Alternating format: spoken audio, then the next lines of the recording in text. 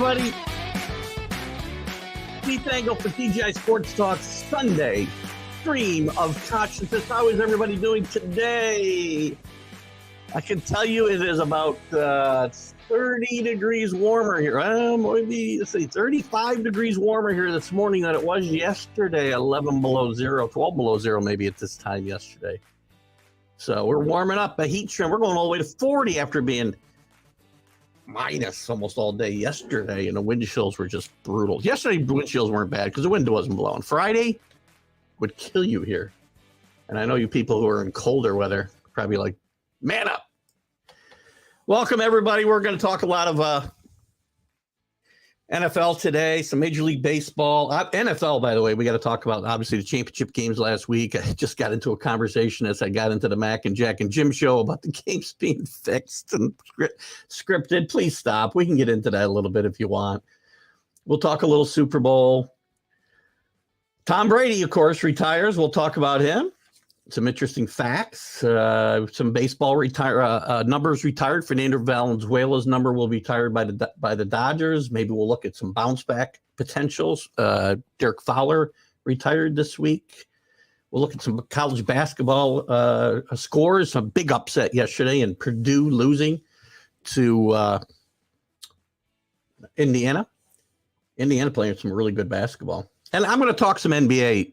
I know I try to stay away from the NBA, but I got to talk about Kyrie today. I welcome everybody on Facebook. We're on Northeast Streaming Sports right now, or simulcasting on Let's Talk Sports. Obviously, we're on the TGI Sports Talk pages, my personal page, Facebook, Twitter, YouTube. We welcome everybody, and thank you to the groups who are so graciously allow me to share the shows. We're going to get into it full bore today. I didn't get a chance to get Jim Behringer, and my fault. I wanted to get Jim in today to kind of talk about the All-Star game and the NHL, but we'll get into it a little bit. Good morning, CA. Good to have you with us this morning. A blessed Sunday to you as well. The fix is in, Ned New Yorker. If the fix is in, I said somehow Carlos has gotten himself on all these shows. Jeez. Oh, man. Good morning, Kenny Gifford. Good to have you with us up on the mountain. How cold was it on the mountain yesterday morning is the question. I'm here complaining about it being 13 below. You must have had it pretty cold. So anyway, where are we going to start today? I want to start, I think we'll start real quick with the NHL. And I'm not going to talk much NHL because Jim's not with us. Teams are a bit on a break. We're on the All-Star break. Do I have a yeah, they're on a break. I do want to talk a little bit real quick. We'll talk Bobby Hall, then we'll jump into the maybe I'll get Kyrie out of the way early today too. I don't know. Then we'll spend the last hour and a half on real sports. Sorry, I don't mean real sports. Important stuff for me right now. The NFL, the Major League Baseball, college basketball. Obviously the NHL is important.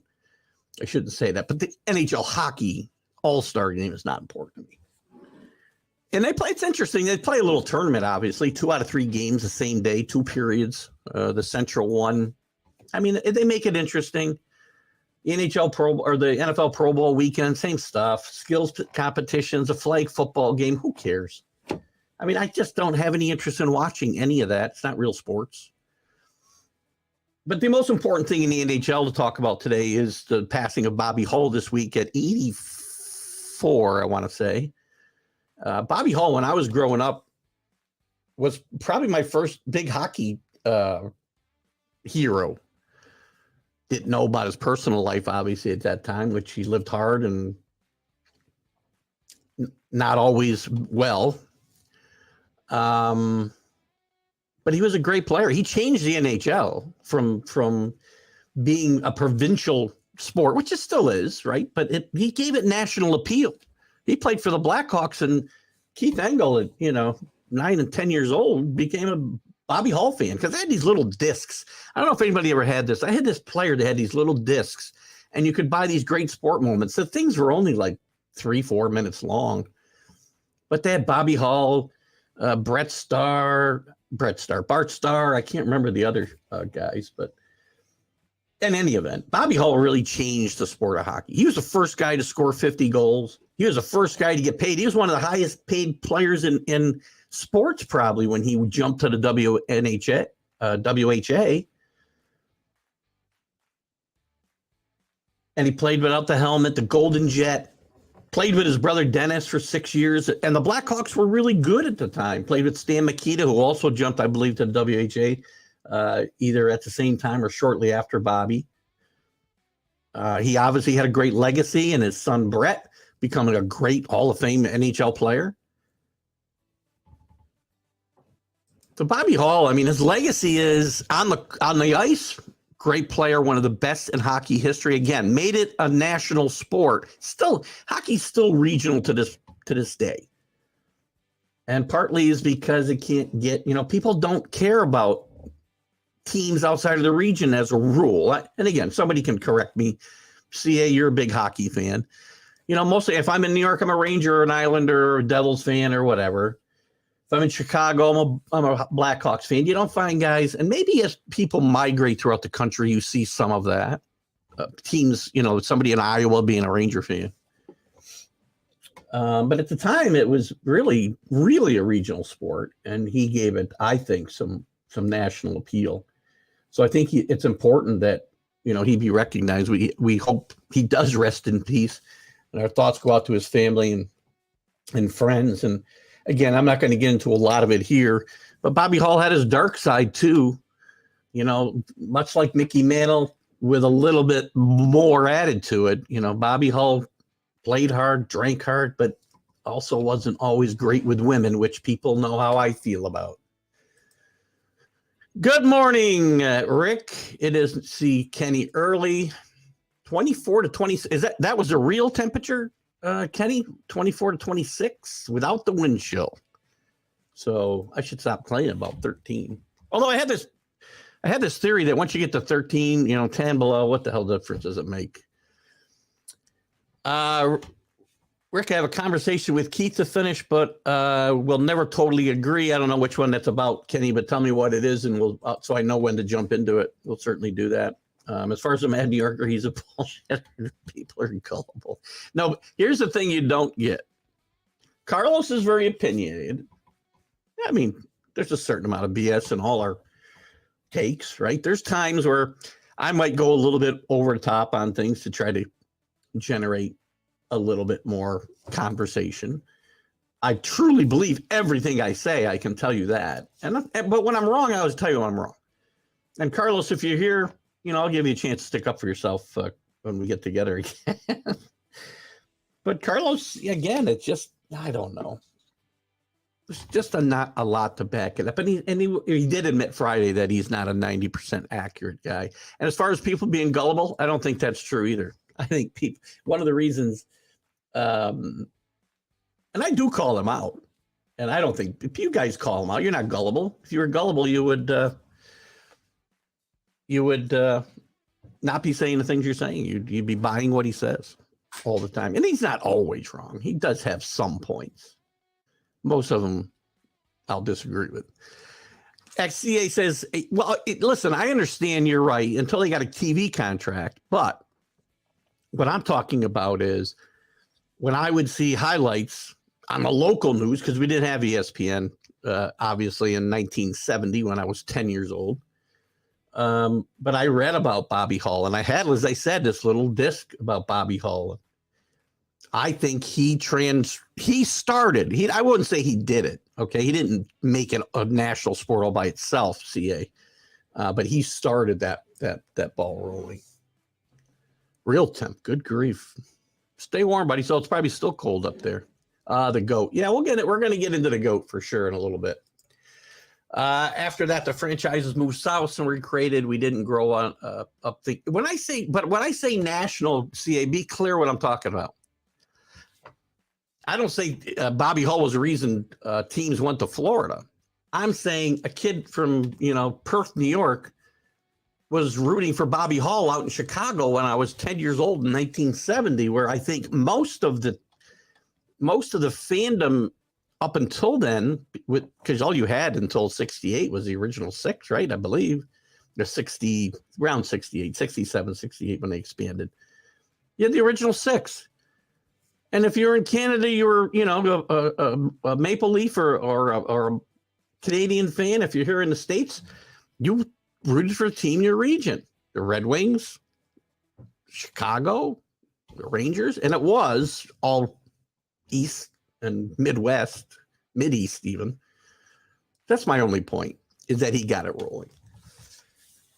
No, I get it, and I appreciate your comments. You're absolutely right. I mean, and look at the NHL still today is trying to become a national sport, and they haven't been able to do it. They've not been able to do it. Because the game, and we've talked about it here, you got to go watch the game in person. I think Kenny brought it up. I know CA probably has. The game is so much better in person, and there aren't enough fans who go to enough games. And we talked about with Jim Beringer last week, and I think Kenny brought it up. I don't remember who it was that got us talking on that topic. But if you don't go to a few games, and understand what to be looking for, if you just turn on the TV, you're kind of lost. And casual fans, right? Casual fans don't watch hockey. They watch football. They don't watch hockey. Yes, Drew. When we get into by the way, great uniforms, those powder blues. I love them. So that is big news in a way. And we'll get into that too, Drew. We're only going to talk some hockey and NBA here for a few minutes, and we're going to move on to the important stuff. I want to get my. You did say it. I know you did say it, Kenny. I thought it was you last week. Grew up watching the Islanders dominate in Miracle on Ice. Well, there you go. And again, you're not locally, but again, but at that point, so that's now the Islanders started when in 79. They started their dynasty, so that kind of proves my point. It kind of speaks to my point, right? That at that time, people started rooting for teams outside of their regions. Now there could be other factors, lots of other factors. Drew, good morning, Drew. Good morning, Drew. Powder Blues back with the Royals. Ugh. You know what I want to talk about? And again, as far as the so Bobby Hull, I think, rest in peace, Bobby Hull. Again, your personal transgressions aside, when you look at it just from a professional standpoint, and believe me, I have a hard time putting those things aside because I've talked about other players, and I'm not giving Bobby Hull a pass. What he's done in his personal life, a lot of it is not pretty, and certainly I have no respect for the man off the ice. I'll tell you that. Months ago, okay. I know we talked about it last week. I thought maybe you said something that instigated it. Drew still has New York Ranger autographs. Oh, Eddie Giacomin, Radu Gilbert, Tkachuk, etc. Brad Park was my guy. When Brad Park got traded for Phil Esposito, I was heartbroken. Phil Esposito was past his prime, and the Rangers were desperately trying to win a cup. But anyway. And as far as the NHL All-Star Game goes and the Pro Bowl weekend this weekend, I'll lump them together. If anybody here cares, please speak up and tell me why, because just name teams and stop playing games. I mean, at least the NHL's trying. You know, the games were competitive yesterday. And again, they play a little tournament. So they do something different at least. Thought I had the scores up here. I guess I don't. I'll get to them though. You know, they played 4 teams. They had an all-star team for each division: Pacific, Central, Metro, Atlantic. In the semifinals, the Central beat the Pacific 6-4. Atlantic beat the Metro 10-6. Again, you don't see these types of scores right in normally in regular season. Just like every other All-Star game, very little defense being played. These aren't the worst scores I've seen in hockey All-Star games. And then the Atlantic beat the Central, probably no surprise. And Tkachuk gets the winning goal in that game, Drew, to your point. So, but does anybody really care? At least they try something different here. The games aren't representative of what we watched during the regular season in any sport, and they need to go away. Baseball used to be the best one. That's gotten to be a joke now as well. Yes, I did watch those. Well, we were in New York too, but they were on ESPN. I think, ESPN was a fledgling network at the time. So big deal for them to be able to do the NHL playoffs. Wasn't that the color they were? Yes, that was back in this, well, I guess probably back to their inception, if I want to go back far enough. Drew can correct me here, but I believe the Royals wore those powder blues from the beginning of their careers, and white. They were white at home, powder blue on the road. I couldn't tell you what they've been wearing recently, but again, it was definitely what George Brett was wearing when he hit the home run that was not a home run and then was a home run in the Pine Tar game. The most fun event. Listen, I wanted to watch the dodgeball only because dodgeball gets such a bad rap in this country today because we can't hurt kids' feelings. God forbid, we should teach kids to get tougher. God, jeez. Don't get me going on that rant. I would have liked to have seen that, I guess, but you know what? Overall, well, we're gonna get the NBA is probably not going to realize. We'll switch here because I just want to talk for a few minutes about the NBA, and then we'll move on to the NFL and Major League Baseball. And we can go in whichever order you want today.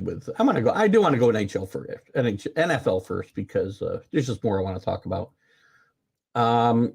And topics for baseball, I'm kind of struggling, so to be kind of bounce back, guys. Drew, if you got some topics you want to talk about when we get to baseball, you can feel free to throw them out there, and we'll discuss as a group. As far as basketball going down the wrong road, I don't disagree. Hang on one second. I thought somewhere here. Here we go. So the NBA, yes, they're going down the wrong road. Big contracts, players running the show. And this latest weekend, Friday, actually, Alan broke the news about Kyrie during the Let's Talk New York Sports show that I was doing solo, as my co-host Dan Harris is still recovering. That Kyrie demanded a trade. I said all along, Kyrie's been playing at a great level. Great level. He was actually a leader for the Nets in helping them recover from their atrocious start. Had trouble with Steve Nash. Helped get him pushed out, but that's Kyrie. I thought it was ironic that the players pushed Steve Nash out when they wanted him in the first place. Handpicked by Kevin Durant and James Harden at the time. But I said all along, how long is it going to be before Kyrie implodes? And Kyrie implodes on Friday, and not only does he demand a contract, but now all of a sudden he's hurt and can't play. And I've said forever, guys like Kyrie are the problem with the NBA. So is he going to get traded? I hope so. I hope he goes to freaking LA and teams again with LeBron. But is LeBron going to want him back? They had problems in Cleveland together. And to Kenny's point about the NBA, are they going down the wrong road? Absolutely. And Kyrie is the poster child for what's wrong with the NBA. A bunch of, you're talking about spoiled millionaires, near billionaires, and here they are. Kyrie, the poster child. Sorry, Kyrie. Don't try to drive across the country when you get traded to LA, because I don't know where the world ends. It might end in the Midwest for all we know, where the side of the... How do I take any guy who thinks the earth is flat seriously? And if any of you guys are flat earthers, I apologize for my bad attitude. Ugh. I know there's thousands or hundreds of you out there. The other thing I want to talk about, I'll get to Kenny's comment here in a second, and I'll talk about this quick and we'll move on to other stuff. LeBron, with his game the other night, has now moved within 36 points of Kareem Abdul-Jabbar for the all-time scoring lead. And whether you like basketball or don't like basketball, this is a big deal. Kareem has, whatever, and I don't even know the reasons, to be honest with you, but Kareem has forever been a LeBron detractor. I have, until recent years, and LeBron, started with some of his political nonsense. Just be quiet. Nobody cares, LeBron.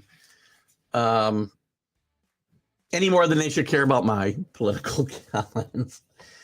But I think LeBron's always got a bad name. I think LeBron is, and again, Kenny will say this, I know when I say it, because you can't compare eras. I can't compare LeBron to Kareem. First of all, they played totally different positions. The game was played totally differently. Centers dominated the game for most of Kareem's career, or much of it. And the game started to evolve near the end of it. Michael Jordan, different era still. Game's totally different than when he played even. But for my money, LeBron James is probably the best player in the history of basketball. He's the best player of this era at a minimum. And again, I'll go Jordan, LeBron, 1 and 1A if I have to. Because, and we'll get into this conversation with Tom Brady too, I'm sure. But LeBron won with nothing. I mean, he won in Cleveland with Kyrie as his wingman, who was always, again, on the verge of being a nut job. And Kyrie did help him win. But other than that, they had nothing. Did you, J.R. Smith? These guys did not have great players playing around them. Go back and look at those Cleveland Cavalier teams that he took to multiple NBA championship series, finally won one over the much more talented Warriors. And again, he would go out and play hard night after night.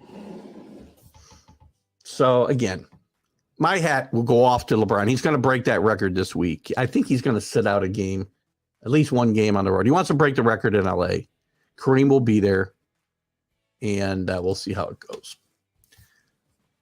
Yeah, I know that's the conversation you're talking about. We'll get more into it. We'll dive more into it when it comes to, and again, I freely admit that that's absolutely true, Kenny. It's very hard to compare eras, but I can tell you that and we'll get into it with Tom Brady. I think it's more relevant there than here. I don't know that he has a doctorate on humanity. He might think he does, but again, early LeBron, it's funny. First half of LeBron's career, I said, there's a guy who gets it. I watched him as he grew as a player and was the best player in the NBA, but he got it. He was Derek Jeter-ish, Aaron Judge-ish in the way he got it. And didn't take himself so seriously either, by the way. Now, the second half of LeBron's career, he's changed and spoken out. Now, I'll tell you what, it's interesting. We can have, and we're going to wrap this up here in a second, but when it comes to athletes, we don't want them to speak up. Some people don't want them to speak up. Others get mad when they don't. Michael Jordan, for his entire career, was ripped by the black community for not speaking up, because not just not speaking up. Oh, yes, not speaking up because he was making millions, if not billions of dollars off the backs of poor black kids who were buying sneakers that were priced, that could have been sold for $30, that were being sold for $175.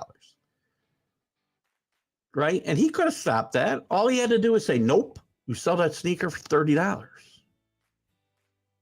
And, at that time, kids were killing each other over sneakers. So, you speak up, you get in trouble. You don't speak up, you get in trouble. So you can't make people happy. Rick loved basketball until the year they went on strike. Today's basketball holds no interest to me. I love the college game myself.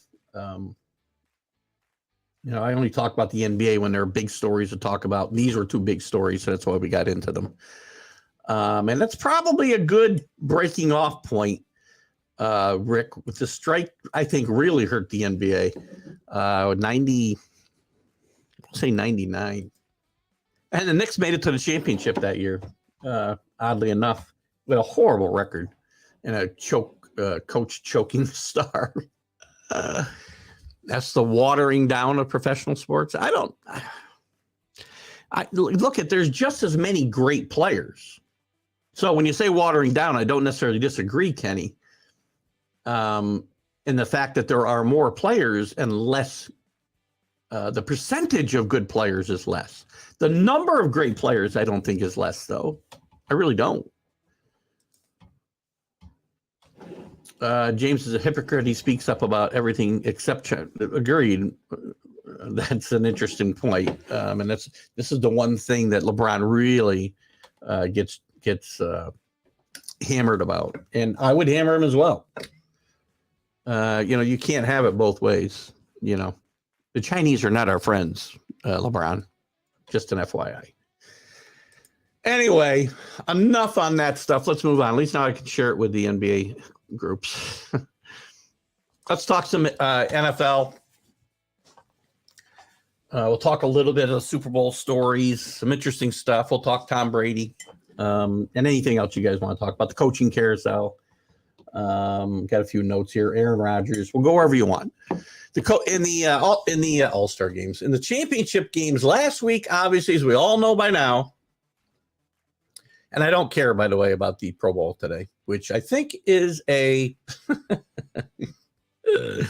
flag football game, which is probably just as well, right? 2 games last week, very diverse games, different types of games. Eagles won handily, 31-7. Brock Purdy knocked out of the game with a torn elbow ligament. He's going to undergo Tommy John surgery, and how long he'll be out is debatable. I hear everything from 6 months to the entire season next year. There was a lot of talk that this would change the Tom Brady conversation to possibly not rejoining, but going to his childhood team, the 49ers. That obviously will not happen. The Eagles were far and away the better team here. I don't think if Brock Purdy played that they were going to win this game. The Eagles were fired up. Probably, and again, can't say. There are turning points in games, and two turning points came early here. Not just Brock Purdy going out on a second play from scrimmage for the 49ers, I want to say, but the catch by Devontae Smith, which was not a catch, and nobody caught it at the time. Again, those plays have happened in football for years. I'm not going to tell you that that's why the 49ers lost, but who knows if that play is overturned and the 49ers throw a challenge flag there, then maybe the game takes a different direction. Hard to say. Eagles were so much better that day. Their defense was not given enough credit, as we talked about before the game. I bet the 49ers, and I will tell you that the Eagles this was just not a good game to watch. And when you got a quarterback who can't throw, I mean, he literally could not throw the ball. If you watched when he came back in after Josh Johnson got hurt, he literally was playing with one hand tied behind his back. And I'll make a couple comments on the other game, and then I'll get to your guys' comments, and we'll just run with the comments for a while. In the Bengals and Chiefs game, I thought it was a good game, a fun game to watch. Not the best played game, possibly. Bengals played hard. Burrow played well with that depleted offensive line, as we knew he would. Mahomes was probably better than we thought he would be on that high ankle sprain. He was, I thought, amazing. And it's unfortunate the way that it ended on a roughing the passer call. And look, at anybody who thinks this game was fixed or the NFL scripts games, please stop watching the games. There's no reason for you to watch football anymore and comment on it, because it's ridiculous to think the NFL scripts games. Now, this conversation came up, I think, with the Mad New Yorker on Friday. He talked about individual instances, or I might have talked with somebody in one of our chats about this. The Boston College scandal back in the 70s, the NYU scandals back in the 50s, the Donate, what's his name, the NFL referee. Those are specific instances, and those things can happen. Referees could be gotten to, I suppose. Players could be gotten to. But that's a far different question or comment than saying the NFL is scripting games. That's total malarkey, and you need to stop. Go watch wrestling, because you don't know what you're talking about. You really don't. And if any of you think that, don't take it personally. You just don't know what you're talking about. It's usually disgruntled bettors that are bringing these accusations up, and social media has been a buzz with it all week. I bet the Bengals. And not just a little amount. Game wasn't fixed. End of story. Chiefs played better. I think the Bengals are a better team, but that day the Chiefs were better. And Patrick Mahomes finds ways to get things done. The bad hit. The kid played a great game. I can't think of his name right now. Asami, something along those lines. 22 years old from Nigeria. Hasn't played football all that long. Stupid play by a young kid. He's 5 steps out of bounds. 5 yards out of bounds, sorry. And it's a penalty. And the other plays that people will point out didn't make a difference in the game. The whole thing with the clock and the third down with Kansas City and it getting replayed, it was obvious, first of all, when they went back and you saw the film, the guy was blowing a whistle and waving his hands before the snap. And also, it didn't play into the game at all. They had to punt that series. So let's get to your comments here. You got this. I think we start here. Sean Payton. Oh, yeah, we'll get to Sean Payton for sure in a little bit. Sean Payton, as you know, is the new head coach of the Denver Broncos. He hasn't signed a contract yet, though, so I'd be a little concerned, but he's going to sign probably the richest coaching contract in the history of the game, which is fine. I don't know how Sean Payton makes more than Bill Belichick or makes more than anybody else who's won one Super Bowl. And I like Sean Payton, and we'll go back to this because we're going to talk coaches too during this segment, so we can jump around. It's the stream of consciousness, right? Compare there's two coaching. I don't have them in front of me. Two coaching records. Both of them are roughly 155 and 90 or whatever in their career, wins and losses. Both have won roughly gone to the playoffs 9 times. They both won one Super Bowl. One's going to be the highest paid coach in football. The other is ridiculed and the speculation of being fired all the time. The second one is Mike McCarthy. Same record virtually as Sean Payton. Sean Payton is a very good football coach. Sean Payton's not Bill Belichick. Sean Payton's not Bill Parcells. Sean Payton's not Bill Walsh. Rodgers to the Fins. Aaron Rodgers' story is going to be one that goes on for a while. The Jets, again, the New York media is up and, now they're saying if you're a Jet fan and if you're Jet management, and if you think you are Aaron Rodgers away from winning the Super Bowl, then do it. But you got to remember, you're going to give up a lot of draft capital. You're going to pay a boatload of money and hurt yourself at depth at other positions. So if you want to go the LA Rams way, win a Super Bowl, and then maybe stink for 5 years, then by all means go for Aaron Rodgers. If you want to build a franchise and something that's sustainable, like the Chiefs have done, like the Patriots did for 20 years, that's not going to happen. But even something like the Chiefs or 49ers have built, then you don't go that direction. Now, if one Super Bowl, and Rick, you and I have had this conversation, my guess is you would say, take the quarterback and win the Super Bowl. I don't know what I'd want, to be honest with you, because now I'm so far removed from being in that position. I don't know. Drew, Eagles have a much better D versus a better Chiefs offense. The Super Bowl should be very interesting. But the Eagles are head and shoulders above the Kansas City defense. But the Kansas City defense, by the way, and I said this early in the season, is improved. Their pass rush can be tough at sometimes, but the Eagles have a better offensive line, obviously, than the Bengals.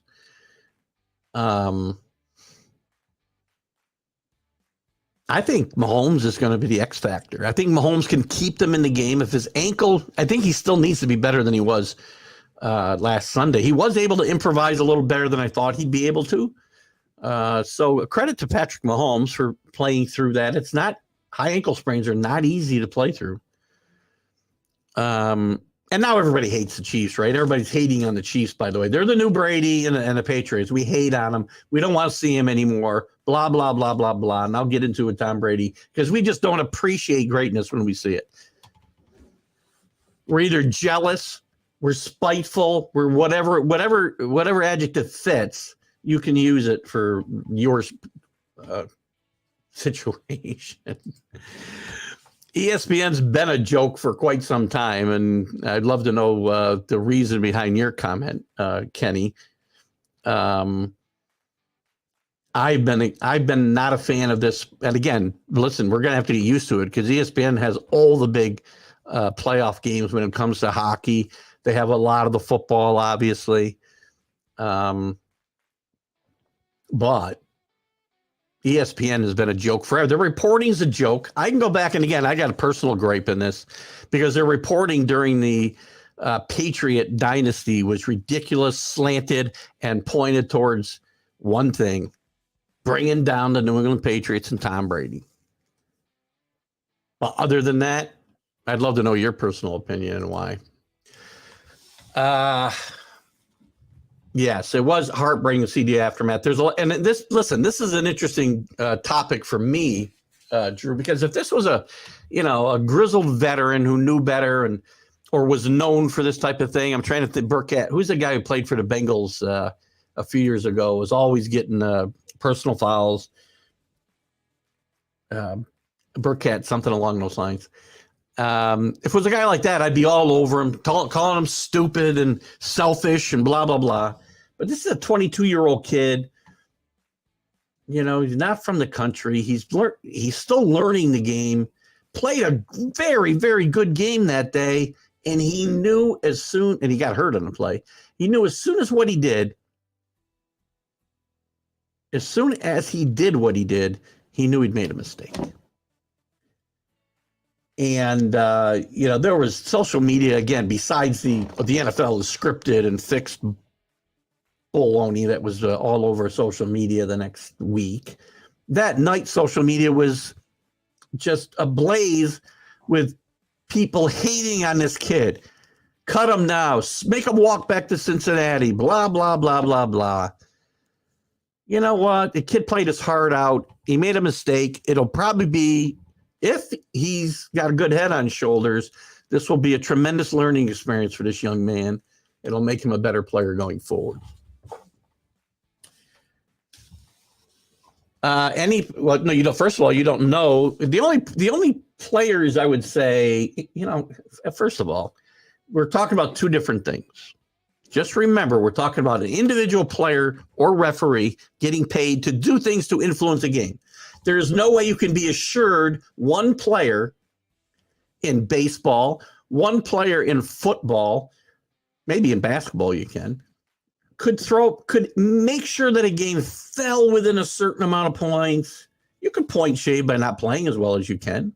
You can miss a kick if you're a kicker. You can throw the ball badly if you're a quarterback. You can throw a key interception. I'm not saying isolated instances can't happen. I'm saying overall conspiracies that the NFL is fixed by the NFL itself because they want certain matchups is total nonsense and bullshit. Excuse my French. And I will never change that stance, and I will never get let until somebody proves it. Human beings make mistakes. And I don't think, Kenny, you're saying that kid, I should have read your last part. But again, I guess I'm ranting. I'm not ranting at you, Kenny. I'm ranting at the people who actually believe the first part. Or worse, believe there's an overall conspiracy that the NFL throws games. They script games for certain outcomes, and it's such utter nonsense. Stop watching, please. That was a penalty. There's no doubt. And again, I had money on the game. That was a penalty. He was 5 yards out of bounds. He was almost past the stripe when he hit him. You can't hit him. You can't lay your hands on him. You can say Mahomes flopped. You can say whatever you want. The kid knew he committed a penalty. No, it was more than that. You see him, he pushes him. Again, did he push him? Was he going to get hurt? No. But that's a penalty. If that's a penalty in the first quarter, it's a penalty in the fourth quarter, and it would have been a penalty in the first quarter as well. You can't be, 3 steps out of bounds, get touched, and it doesn't get called.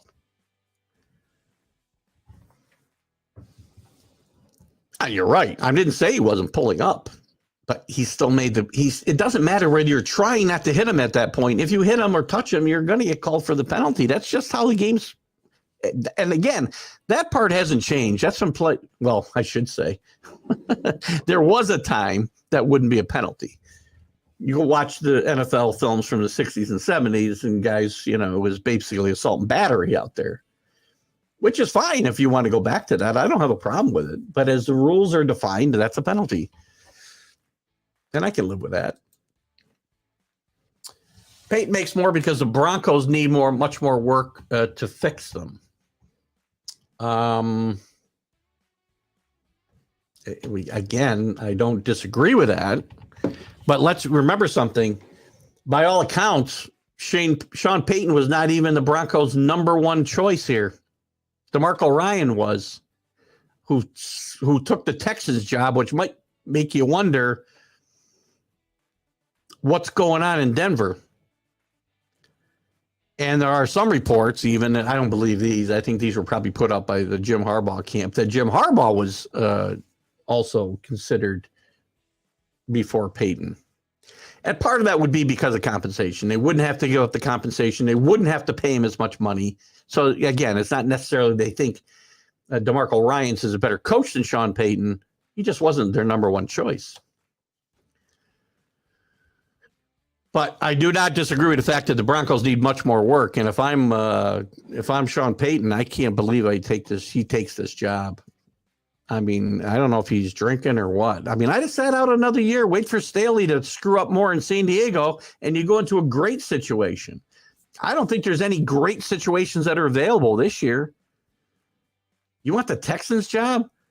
Did you want the Colts job? Did you want the Broncos job? The Panthers job?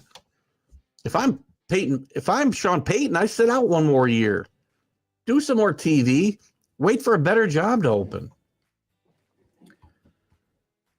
Let's do ourselves a favor and forget him. He's a big joke. I don't know who we're talking about. I have to go back and look. Let's do it. You got to tell me who that is, Kenny. You can't just leave me hanging there. Yeah. I'm not sure. I don't disagree here. If I point a gun at somebody, it can't be misunderstood, right? I mean, I didn't mean to point it. You pulled it out. You pointed it. This is just a story that, I don't understand. I mean, I don't know. Again, I don't have an answer for this. These are the things, by the way, when I used to get upset or still get upset about, the air and footballs and we're going to suspend Tom Brady. It's things like this that the NFL lets these guys run around. There's criminals all throughout the league doing far worse things than Tom Brady ever did, which we'll get into. And what happens? They dismiss charges. Will he be suspended because of the league's domestic abuse policy? Don't know. I mean, I don't know all the particulars of this. He could still be suspended. And by the way, they did say too, Rick, just to be clear, that there was going to be more investigation. It doesn't mean because the charges were dropped, they couldn't be refiled. Right now, they felt they needed to look into this further, but the point is certainly well taken. Mixon was probably demonstrating how Alec Baldwin got in trouble on Rust. Yes, another guy who I didn't pull the trigger. I didn't pull the trigger. That's a sad story, man. And, whether you like Alec Baldwin or don't like him, I mean, he's not a likable guy. It's very funny because he's a really good actor. I think he's a good actor, was a good actor. And he's funny. If you've ever seen him, on Saturday Night Live or whatever else, I mean, he's very funny. But he's a jerk. So you're probably right, Drew. He probably was, I'm sure it was innocent. Just like when Plexico Burris accidentally shot himself in the leg in a nightclub in New York and had the book thrown at him. He didn't get away with it. And I remember having a conversation with somebody that worked for me at the time. Maybe he's watching now. I don't know. If that was Tom Brady and he shot himself in the leg in a nightclub at 3 o'clock in the morning, he wouldn't have got the book thrown at him by Blair Bloomberg and the city. Well, let's look at everything that's wrong with that statement. First of all, Tom Brady's not going to be in a nightclub at 3 o'clock in the morning with a gun in his freaking PJ pants. Jeez. Alan, good morning, Alan. Kids today love parody and can't stand when the same guy wins over and over. Well, it's not just kids, though, Alan. It's the adults. It's people my age. Remember how old I am. I'm 63 years old, and I've been listening to people rip my guy for 23 years. Or Derek Jeter for 20 years, and he's been retired for 6. The people that we should root for, we don't. We don't root for the Tom Bradys and the Derek Jeters. We just don't. We want them to fail. We want to find something wrong with them so that we can knock them down a notch. That's what we do in this country.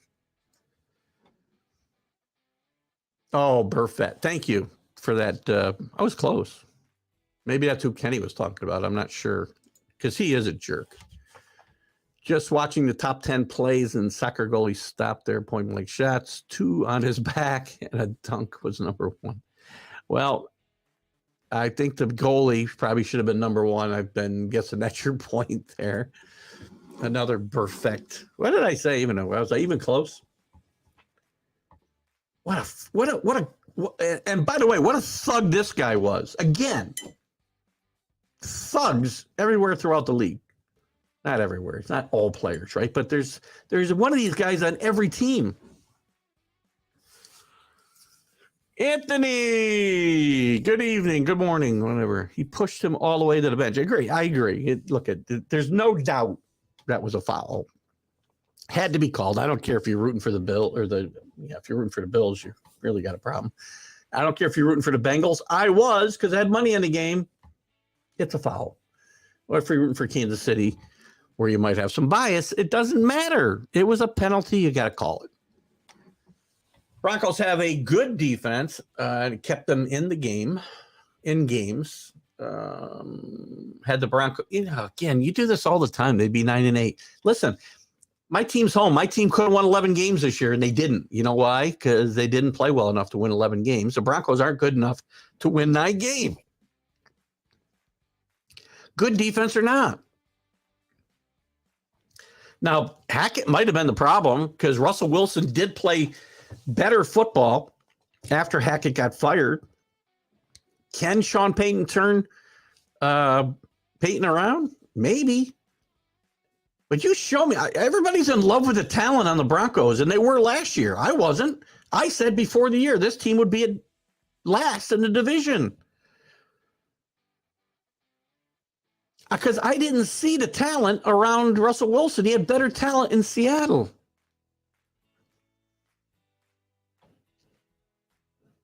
And again, with the what ifs, I would be, look at, again, I say this before, if my aunt had different equipment, she'd be my uncle. Doesn't work that way. Oh, Rodgers. Yeah, we unfortunately, Kenny, we're not going to stop talking about him because he's not going to go away. He needs to go away. Maybe he'll retire. I doubt it. Right? There's 50 or 60 million reasons he will retire. Now the Raiders are in play here here's the thing. I think it's much more likely he goes to the Raiders than him going to the Jets. I just do. Same way. I've said that forever. I've always, again, when I had to sit there and listen to Ray Lewis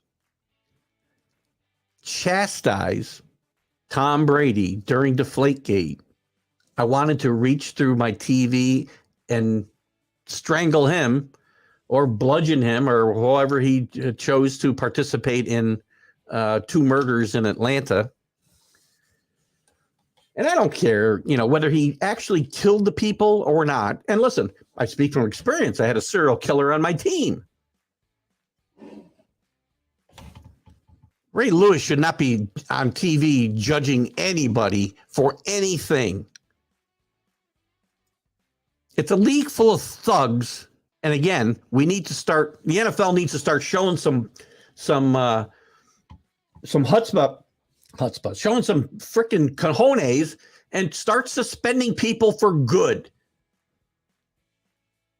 that are thugs. Like Burfett, like Ray Lewis, like the criminal quarterback in Cleveland. What do you got, Anthony? Just like that Eagles lineman who was charged with kidnapping. Yeah, but, it all turned out okay, Anthony. It's just freaking ridiculous, right? I mean, good God. What is wrong with people?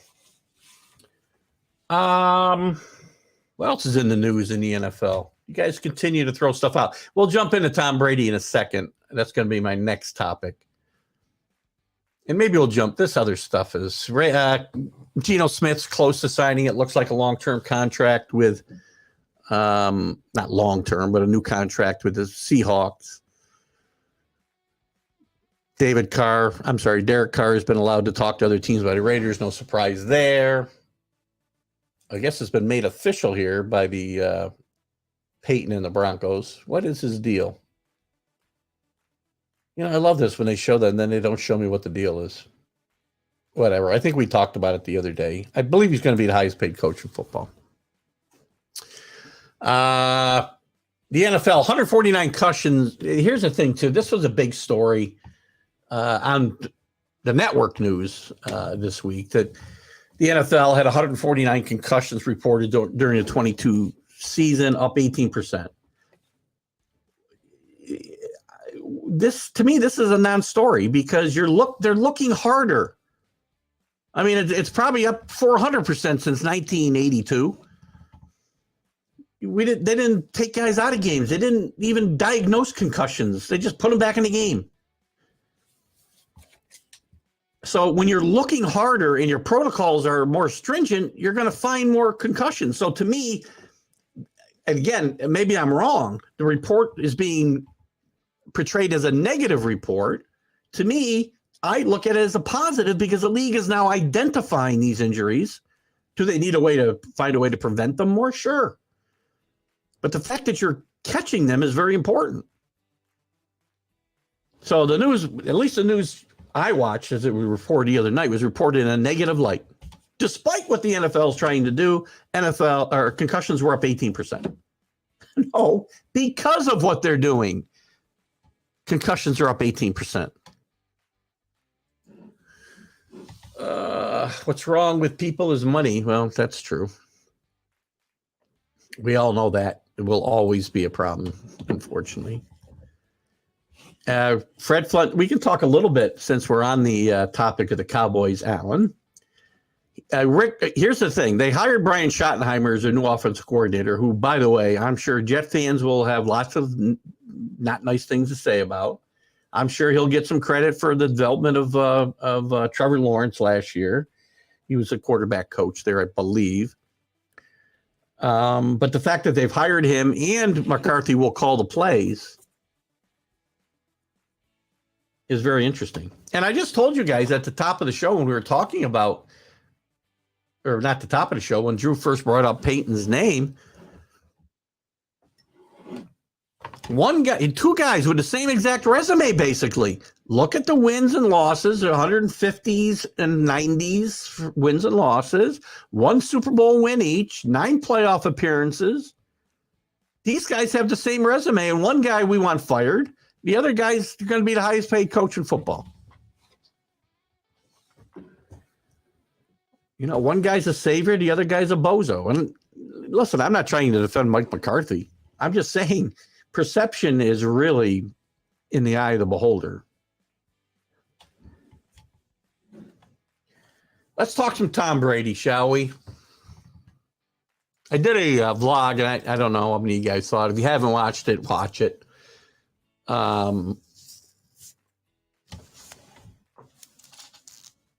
and I probably do some ranting, which I'll probably do here, because Kenny wants to talk about whether he's the GOAT or not. Tom Brady's the greatest quarterback of all time.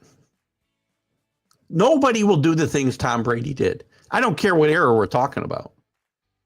Because the other teams in this era and other teams in other eras did not dominate over 20 years. In 20 years, go to 14 AFC championship games, go to 9 Super Bowls, win 6 of them. Nobody's ever done that. Nobody. And when you want to compare, Joe Montana is a name that most often comes up. Again, different eras. Totally understand. But I'll tell you right now, I'm totally confident, and I can't prove it. Obviously, it's impossible. It's all my perception, my opinion and belief. If I took Tom Brady and put him on those 49er teams, they would have won those 4 Super Bowls. Maybe they'd have won more. If I took Joe Montana and put him on these Patriot teams, does he win 6? I know I'm biased. Believe me, I know I am. Maybe Joe does. So maybe Joe and Tom are 1 and 1A. And yes, it's the players around you, but Joe Montana did not play with a bunch of stiffs. He played with Hall of Famers his entire career. Tom Brady didn't. Tom Brady played with 1 Hall of Fame wide receiver, and that guy did not contribute to any Super Bowl championships the way Jerry Rice did. Tom Brady won Super Bowls with Troy Brown, a really good player, but not Jerry Rice, David Patton, David Givens,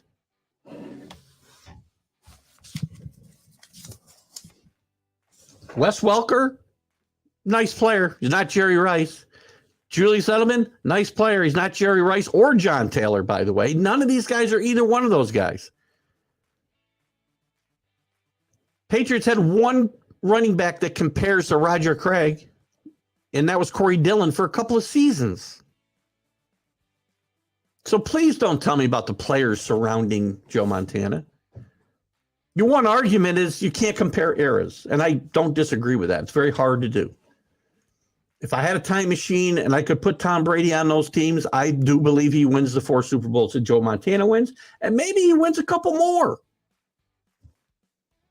Maybe Joe Montana wins 8 with the Patriots. So I guess we don't know. And I do have a bias here. I will admit freely.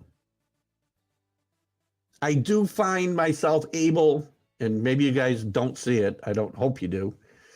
I can remove myself from my fandom very often. Sometimes I can't because it's hard when you're a fan. But I think I often can remove myself from my fandom and look at things rationally. Here, it might be hard for me to do that.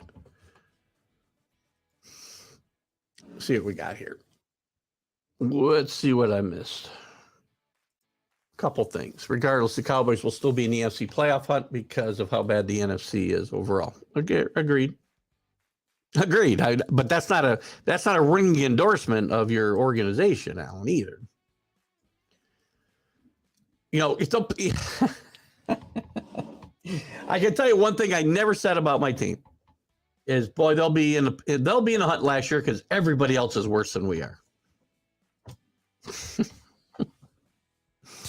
Who else will play? Will be in play besides Philly?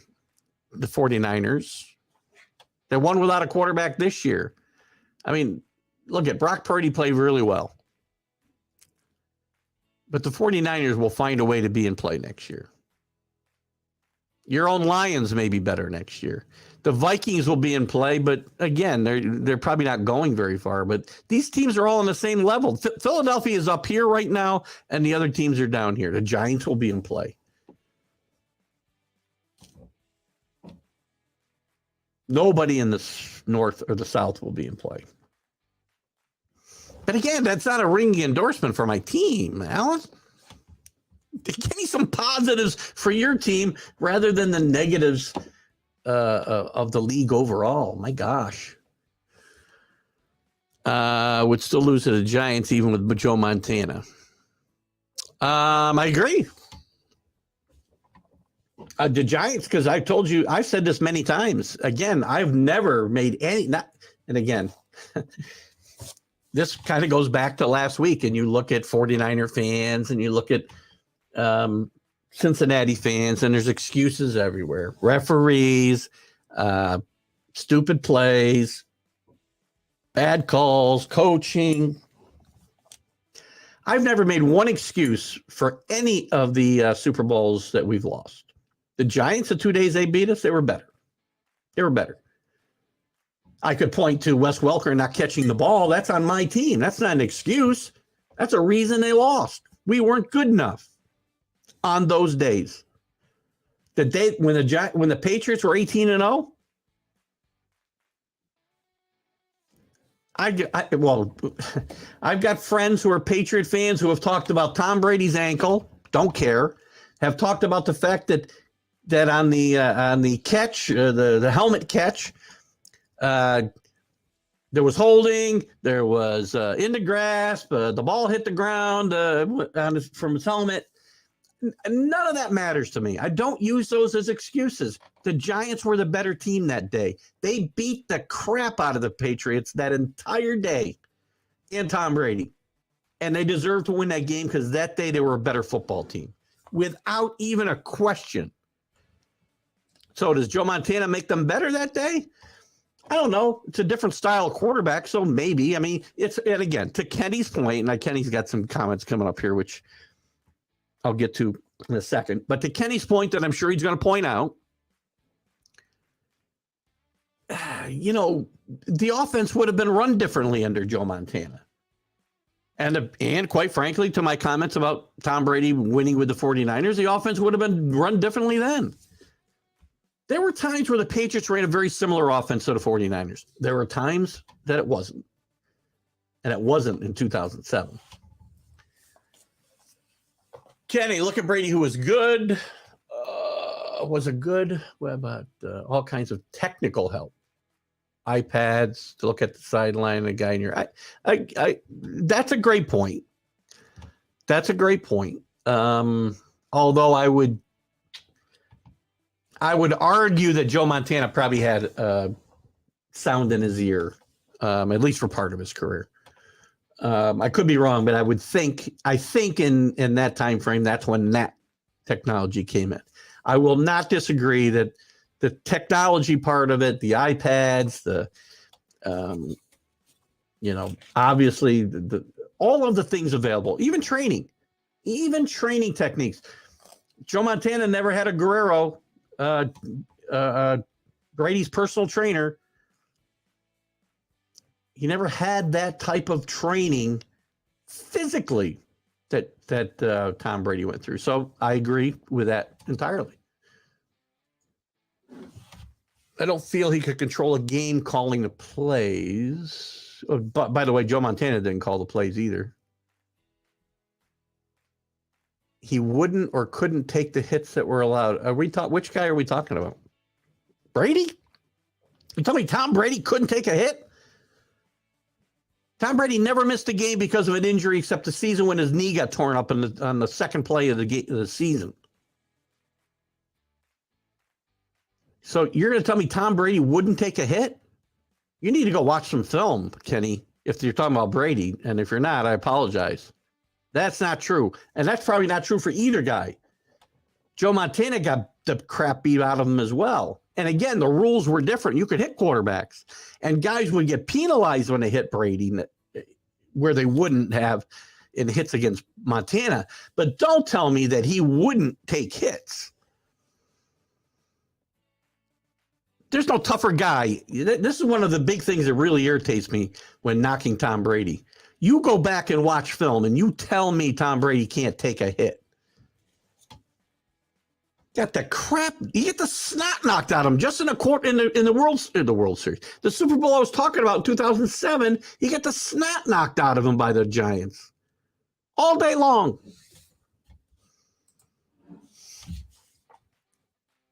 Wow. Tell me who.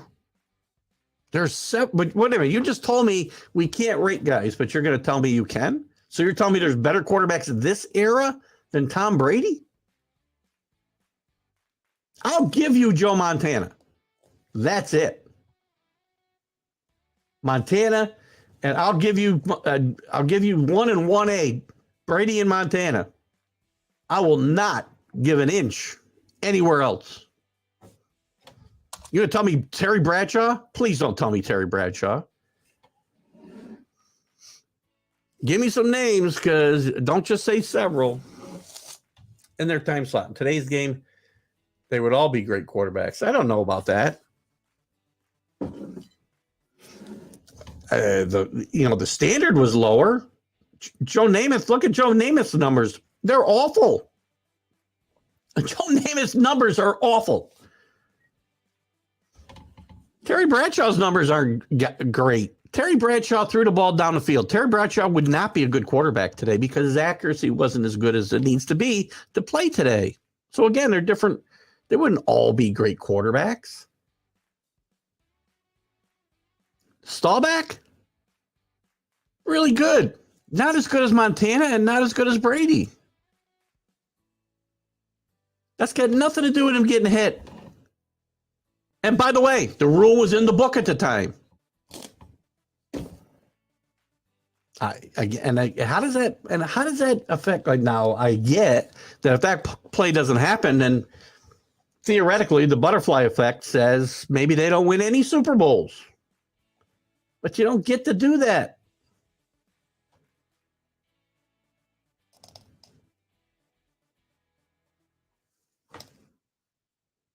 Again, the rule's the rule. The rule was used correctly.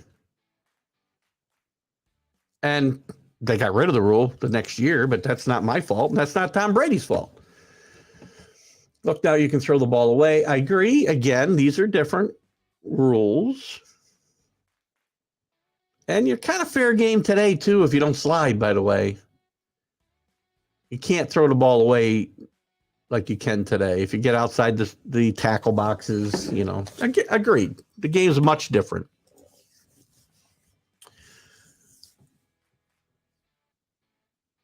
Yeah, I'm not sure where some of these go. People hate Cousins, but I agree. Listen. I've said a lot of derogatory things about Kirk Cousins myself, Rick. I will not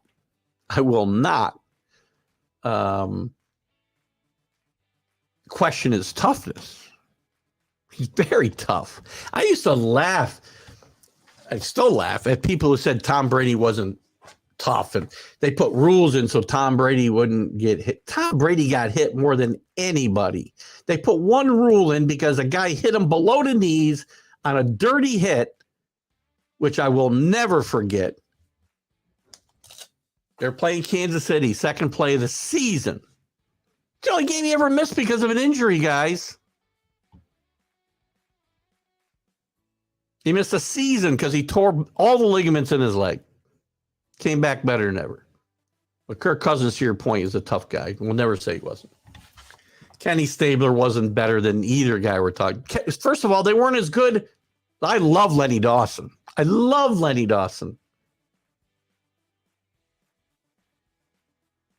One of the guys I loved when I was a kid.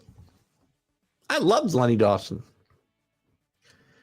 I mean, when I was very young, about the time I became a Patriot fan, I was a Chiefs fan because you saw him on TV a lot. I loved Lenny Dawson. But he's not as good a quarterback as Tom Brady. He also had Hall of Famers all around him. Well, he had Otis Taylor, who was better than any receiver not named Randy Moss that Brady played with. And I would say none of these guys are as good as Joe Montana. Stabler won one Super Bowl with one of the most talented teams in the NFL. One. Now, I know obviously there were less teams, and to your point earlier about talent being watered down. You'll say it's easier to win today, but it's not easier to win because of the salary cap. There's no salary cap back then. Travel was easier.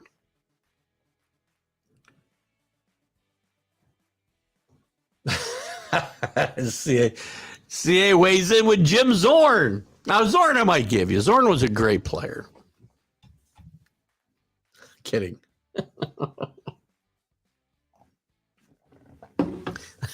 That's awesome. Jim Zorn. Let's just say you feel Brady was the best, and I think he was one of the top 5, and that will never change. That's fine. I mean, again, there's arguments to be made. I don't think the guys you mentioned are. I mean, I don't know that I'd put them even in the top 5 though, except Montana, obviously. Brady, Montana, Staubach. I don't know where I go from there, to be honest with you. There were great quarterbacks. There were great quarterbacks who never got a chance to show how great they were. Archie Manning, on a better team, might have been probably would have been one of the top 5 quarterbacks in football. But now I'm doing what I tell Allen he can't do. So, again, you're right. Situations mean a lot. Eras mean a lot. And you're right. Again, I have a bias towards Tom Brady. I freely admit it. But I will give you arguments back to the arguments you put up about him not being number 1. I'll put Brady and Montana 1 and 1A, and then you can go to Staubach and Fran Tarkington, which I'm surprised Rick hasn't brought up yet. Maybe he will in some of the comments I haven't gotten to yet. Fran Tarkington might be in the top 5. Fran Tarkington held every passing record available when he. Nearly every passing record available when he retired. Fran Tarkington had gone to 3 Super Bowls, didn't win. I would say Fran Tarkington might be one of the top 5 quarterbacks of all time. Kenny loved those guys because they snuck a cigarette on the sidelines. Excellent point. Famous photo of Len Dawson in the clubhouse during the halftime of the first Super Bowl, I think, or maybe the second Super Bowl. No, not the second Super Bowl. They didn't play in it. First Super Bowl, smoking a cigarette at halftime. And Kenny Stabler, we all know about Kenny Stabler. Great, Kenny Stabler's a really good quarterback, but I do think he's one of the more overrated ones. And again, I don't want to just look at numbers, right? Because they don't tell everything. We know that. Game is different. But boy, he never had seasons as good as Montana in an era that's very closely and overlapped, actually, in some ways. I mean, look at here's my argument about Kenny Stabler. Warren Moon wasn't as good as these guys. Never even made it to a Super Bowl. And again, played with some talented guys. Wonderful quarterback, put up some huge numbers, played in a different offense than any of these guys. So we talk about the type of system you're playing in. Nobody played in a run and shoot. Warren Moon did. But let me go back to Stabler for a second, Kenny. Jim Plunkett won 2 Super Bowls with the Raiders, and Stabler won 1. I'd argue also that Stabler had a better teams to win Super Bowls with than Stabler did. I'm sorry, Stabler had better teams to win than Plunkett did. I remember Jim Zorn. He was an exciting quarterback to watch. And if you were a Seattle Seahawks fan at that time, you didn't have much to root for except for Jim Zorn and Steve Largent, one of the great wide receivers of all time. And then he becomes a coach, and he's terrible. Randall Cunningham. Oh, man, I think we're reaching there, Drew. Randall was a good quarterback. Randall didn't sniff a Super Bowl. Randall didn't come through in the biggest game of his life when he had the best team. Rick, I got to believe you certainly remember this game very well against the heavily underdog Falcons in the NFC Championship game. And I know you can tell me the kicker missed a kick who had missed a kick all year long, but Randall didn't, he didn't get it done. Bob Greasy. Greasy was a game manager. Greasy he won a bunch of Super Bowls, right? What, they win 3? 3 in a row, I think. Went to 4 in a row, I think. Won 3 in a row. Only undefeated season in football. But he threw the ball 7 times in the Super Bowl, Kenny, against the Redskins. Really good quarterback. But you could have put Any of the guys you just talked about, you could put on that team and they would have won. Miami was just that good. I don't think you could put any quarterback on the Patriots during that 20-year span and they would have won 6 Super Bowls. No way. So there's your comparison, right? And probably the same thing. I would say the same thing for the 49ers. They were a really good team, but I still don't think without Joe Montana they win all those games. But with Miami, I believe I could have put 10 different quarterbacks on that team that played at that time and they would have won. He was the first of a different breed of quarterbacks for sure. Although there were some guys that ran, and you could argue that Tarkenton might have been the first of that breed, but he didn't run for a lot of yards. He scrambled to throw the ball. Randall ran for a lot of yards. Bobby Douglas for the Bears ran for a lot of yards, but couldn't throw. I could throw the ball better than him. Randall was different for sure. And Randall's a really good quarterback. If you're playing fantasy football, then, Drew, you wanted him on your team for sure. I can tell you that. Rick, my favorite sports moment was sitting at a table with him at a trade show. He was very entertaining and a professional speaker. He said the Vikings' best team was the one that lost to Dallas on the Hail Mary. I'm guessing you're talking about Tarkington now, right? Because he's a Georgia boy and a Viking. Oh, you had it all with Fran. I'm interested now, Rick. I've really never put this together. So, were you a Tarkington fan and that's why you became a Viking and a Georgia fan, or is there some other evolution to your fandom? I'm really curious now. Johnny U, again, in his era, probably the best quarterback. Game was certainly different then, right? And I'm not going to give you Earl Morrall. Earl Morrall was a journeyman quarterback and found himself in a couple of good situations in Baltimore and later in Miami, but certainly not. And nobody's mentioning him as in the great quarterbacks of all time. Johnny U, I might put him in the top 5. Again, we got to forget about ears here now, right? I guess I'd put Johnny U at 4 or 5. But I put him behind Staubach, and I put him behind Montana, and I put him behind Brady. Who would I put at 5? It's got to be a winner, right? I'm trying to think of a guy that Bart Starr. Maybe Bart Starr. Anyway, so some interesting stuff there to think about. Tom Brady, but Tom Brady's, don't feel sorry for Tom Brady. Tom Brady's not coming back, by the way. Tom Brady's going to be on Fox and again, we had a little discussion about this. Let me get to this before I get too far. Steve Young was a great yeah. Steve Young's career was shorter because he had to wait so long to jump in after Montana. He certainly had some great years, and he had some years he couldn't get over the hump. Again, only won 1 Super Bowl with some great teams, and I know he ran up against some really, really great Cowboy teams as well. Troy Aikman, I mean, again, I don't put Troy Aikman in the top quarterback conversation because he's another guy that I think a bunch of guys could have won with that Dallas team. I just do. Maybe Steve Young would have won 3 Super Bowls if he'd been with that Dallas team. But Steve Young's a good one. I just don't know if the length of his career puts him in that conversation for me. Good, it's a good one though. Purple People Eater started me on a 30-year journey. Actually, was a Notre Dame as a kid. So I'm guessing the Tarkenton thing pushed you to Georgia. Rick likes the Vikings because of defensive linemen. Well, they had some good ones, that's for sure.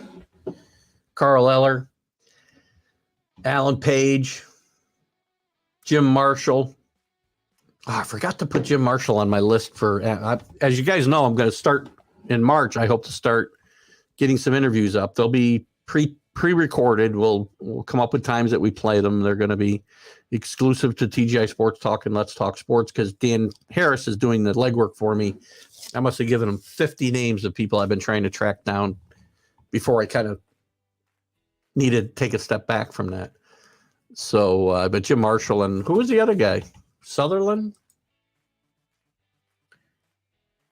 Darren O'Day retires. There's a big story. What do we got? 10 minutes. Let me finish up some stuff on the NFL, Drew, and then we'll jump over there. By the way, isn't Dexter Fowler retiring a bigger story than Darren O'Day? They're both decent players. They're, it's not big stories.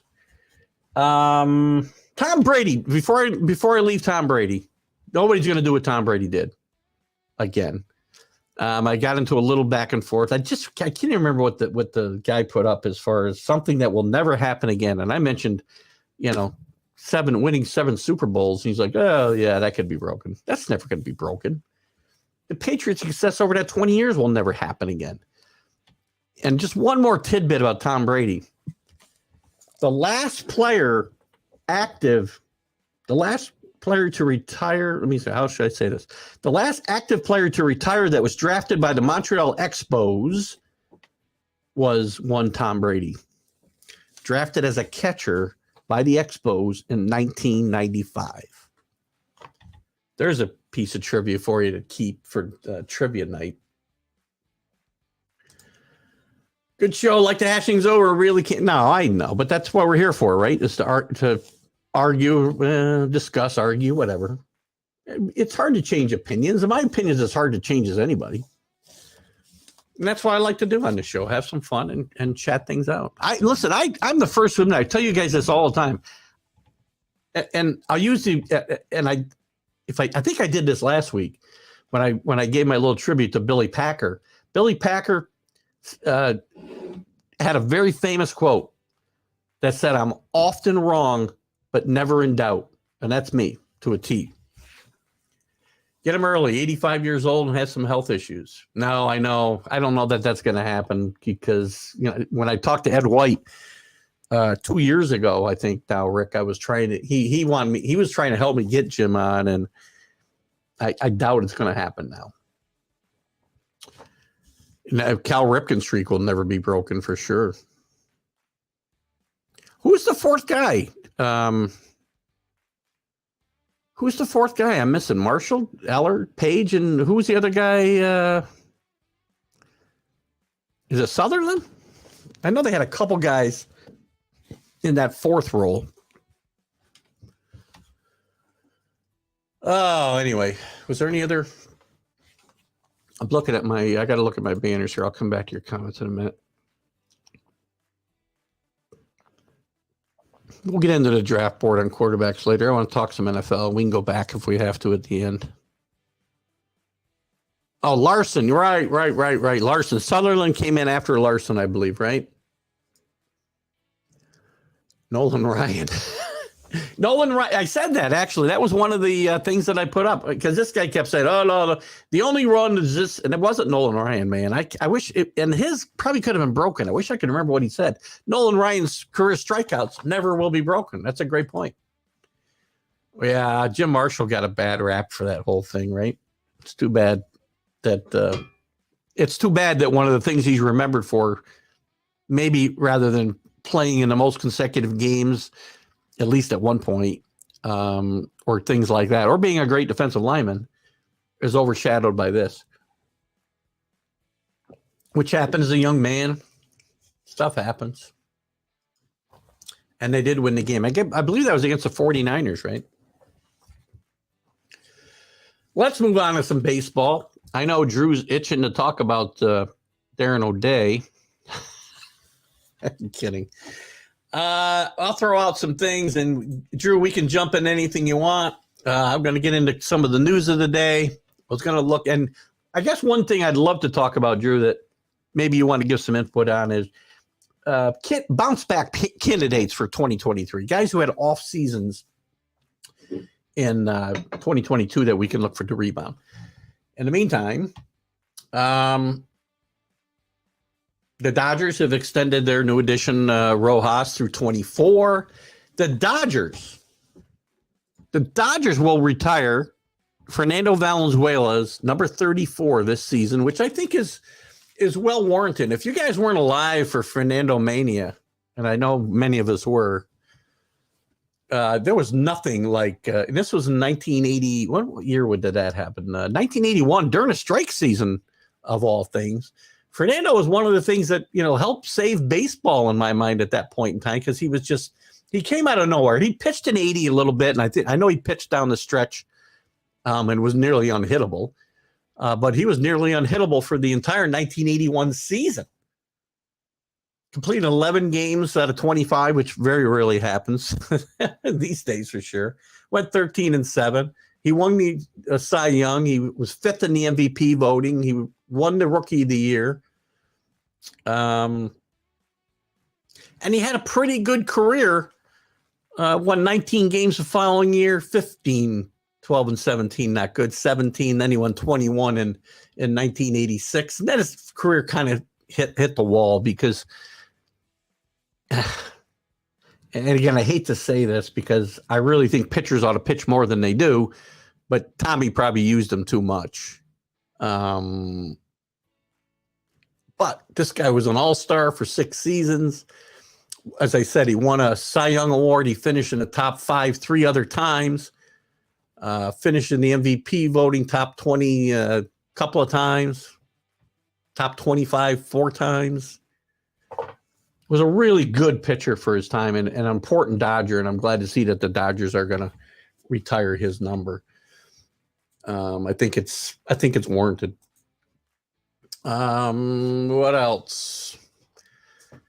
Tatis, who's one guy we can look for to bounce back this year, probably from that list, is looking for redemption. He talks about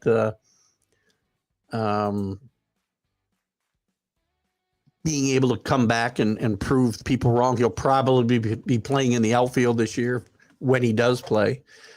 Ohtani's future still murky in LA after Marino has decided not to sell the team, or at least stop talks that he was in to sell the team. As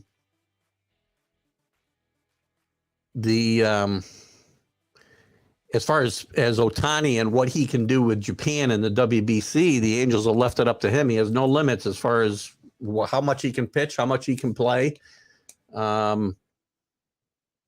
which is interesting. If they were considering keeping him and locking him up long term, it might be that they'd be looking to do something more with that. Max Fried loses his arbitration, but he will still earn $13.5 million next year. Zach Greinke signed with the Royals, 1 year, $8.5 million for 23. I would consider Zach Greinke as somebody who may be a candidate to get traded at midseason. I would like to see Zach Greinke.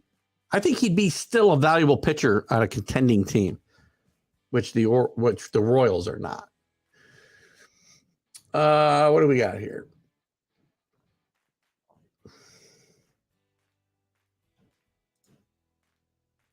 Yeah, that was pretty cool. Simple mistake with Marshall. No hitters and one hitters. Again, that's a great point, too. We're talking about Nolan Ryan again. Nolan Ryan, listen, people argue about Nolan Ryan, whether he should be in the Hall of Fame or whatnot. We had that conversation about this.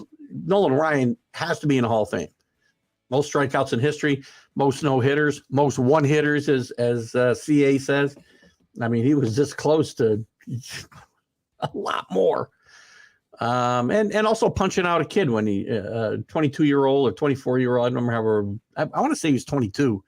Robin Ventura, when the old man beat the crap out of him on the mound. Still one of my favorite moments. Cesar Hernandez gets a minor league deal with Detroit. Yuck. Josh Harrison gets a 1-year deal with Philly. That is interesting. That is a bit of a weird. I mean, I like Josh Harrison, but I think his time has probably passed as a top level all-purpose utility guy, right? Had some really good years with Pittsburgh and then kind of jumped around to some teams. It is interesting that Philly would let Hernandez go, but signed Harrison in Philly. That's a good one. Second best lefty ever. Second best lefty ever. That might be a lot. Valenzuela, second best lefty ever. Here we go again, Kenny. Who's first? Who's first? Very interested in who's first. Because I got a bunch of guys that rank ahead of him easy. Steve Carlton, Warren Spahn, Sandy Koufax, Randy Johnson are four guys I can think of without even trying. Four guys. Better than Fernando. And I'm sure if I went further, I could get more. Those four guys are easy. I'd love to, Drew, weigh in on that if you would. I put, again, Fernando's overall numbers are not that great, Kenny, when you think about it. I mean, he only won 20 more games than he lost, 173 wins, and he was still pitching at a time when guys were winning 20 games pretty regularly. His ERA is 3.54. How many guys he strike out in his career? 2,000 strikeouts? I don't know. And again, I know I'm not diving deep into the metrics here, Drew, but I'd love to get your opinion on, and who would I forget? I mean, there's four guys that I can easily say are better than Fernando, and there's probably more. But he was a really good pitcher for 4 or 5 years. He did have a funny delivery, very similar to Tiant from the left-hand side.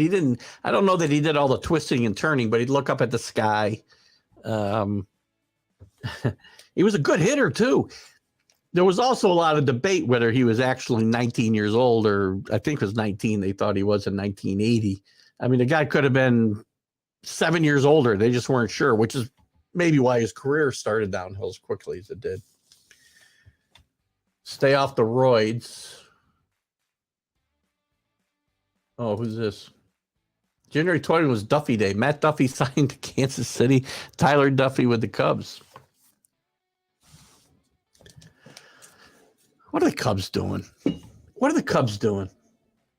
I mean, does anybody think that what the Cubs have done this offseason is something that's going to turn this team into a contender? Because I don't. I mean, the only signing I like is Dansby Swanson, and there's nobody to play around him. Hosner? Bellinger?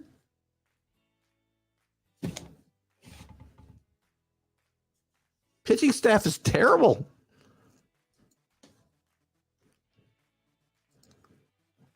Stay off the roids. Still not sure where that goes. I'm sure not sure where that fits. Zach Slowball. He did strike out a lot of guys at one point in his career, Zach Greinke.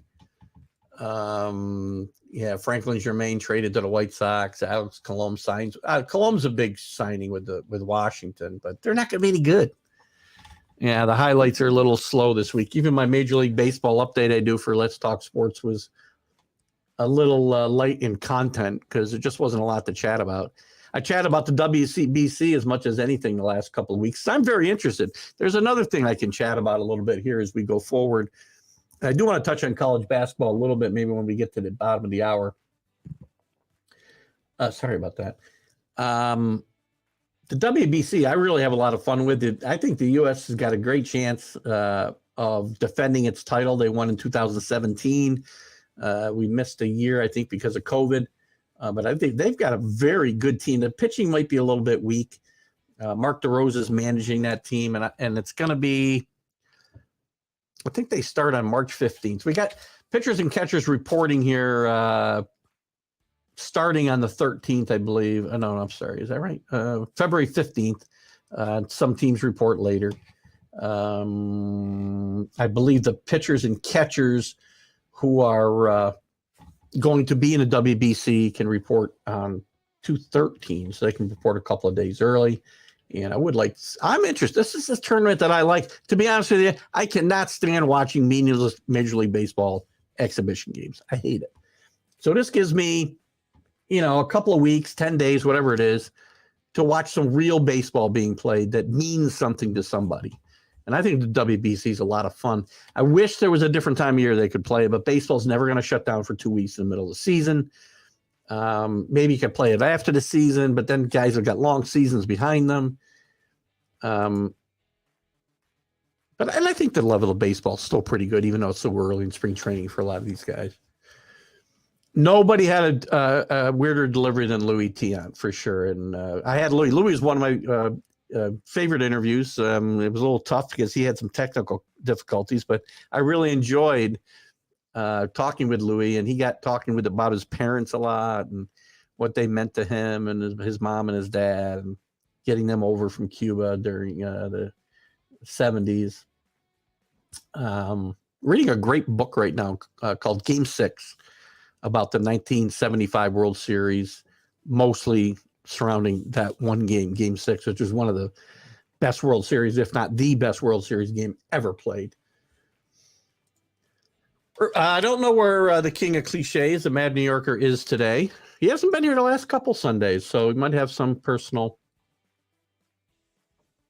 things to work out. Maybe he's catching up on his cliches or trying to, find ways to keep his 90% accuracy rating up. Kenny goes back to the early 60s and can remember players. Nolan Ryan was a pitcher. I think, I don't know if he's the best pitcher of all time.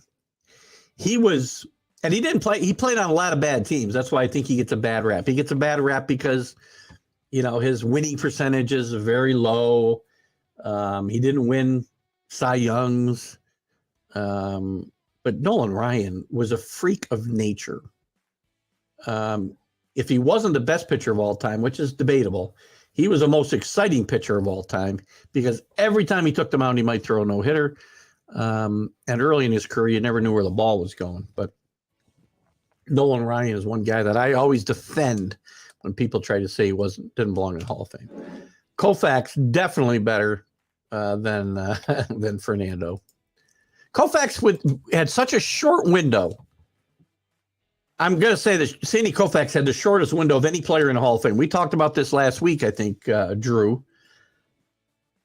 as part of our Hall of Fame conversation, that, guys like Mattingly, and again, I'm not saying Mattingly's star burned as bright as Sandy Koufax's for that small window, but some guys' window is so small, the sample size is so small that they don't get in the Hall of Fame. Well, Sandy Koufax probably has the shortest window of success, maybe of anybody in the Hall of Fame.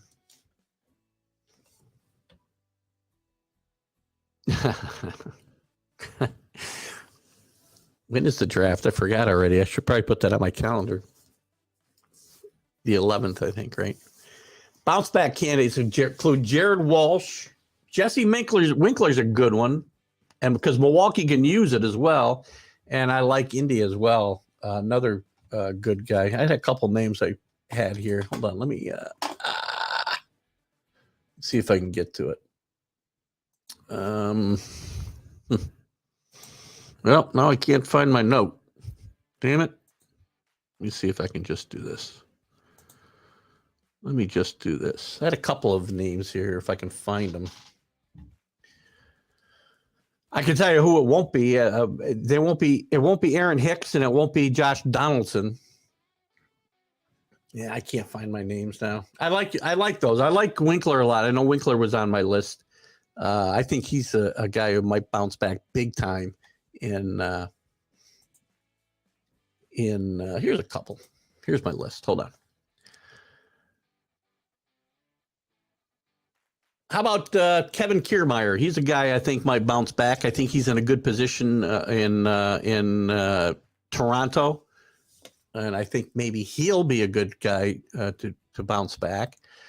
There's a lot of people think Cody Bellinger's a bounce back candidate, but he's been a bounce back candidate for about 4 years now, hasn't he? Don't like what they've done. How about the guy I hate the most? You know, another guy, speaking of the Blue Jays, Brandon Belt signed to a very team-friendly contract, 1 year, $9 million maybe, with the Blue Jays. I think he may bring some veteran leadership, and I said this before, and Drew and I will get into this when we do our Major League Baseball preview show. And Drew, we got to talk about that, come up with a date, end of March probably. Michael Conforto is another guy I'll give you right now with the Giants. Trying to think of some others. Michael Brantley, another guy. Bit of a down year last year. There's some guys that I would think of off the top of my head. The Bird was weird. It wasn't as much his delivery as it was some of the other stuff that he did before. There's another guy that, you know what, if he hadn't had an arm injury, man, I would love to have seen what he could have done. Best lefties in no particular order. Koufax, Lefty Grove, I forgot. I missed Whitey Ford. Randy Johnson, Rube Waddle, Plank, Hubble, all great ones. Hubble's lefty. That's funny.